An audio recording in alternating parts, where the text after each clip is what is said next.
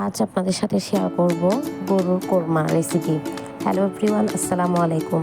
আমি এখানে কতগুলো বড় সাইজের গরুর মাংস নিছি চর্বি সহকারে। তো এতে আমি রসুন পেঁয়াজের পেস্ট, 2-3-4টা কাঁচামরিচ আর বাদাম নারিকেল বাটা দিয়ে দিলাম, মশলা জিরা মশলা দিয়ে দিলাম, হলুদ দিয়ে দিলাম, এরপর লবণ দিয়ে নিলাম। তো আমি এগুলা সবগুলা একদম মেখে কিছুক্ষণ রেস্টে রাখবো। তো দেখেন আমি এখন হালকা জল দিয়ে তো এগুলো আমি প্রেশার কুকারে দিয়ে নিব।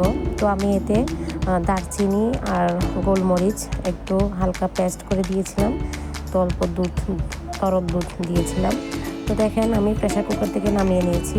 এখন আমি বাগার দিয়ে নিব। আমার কোরমা প্রায় রেডি। তো এখন আমি এখানে বাগার দিয়ে নিলাম। দেখেন পেঁয়াজকে একদম লাল লাল করে বেরেস্তা করে নিলাম। তো এর মধ্যে গরুর মাংসগুলো দিয়ে নিলাম।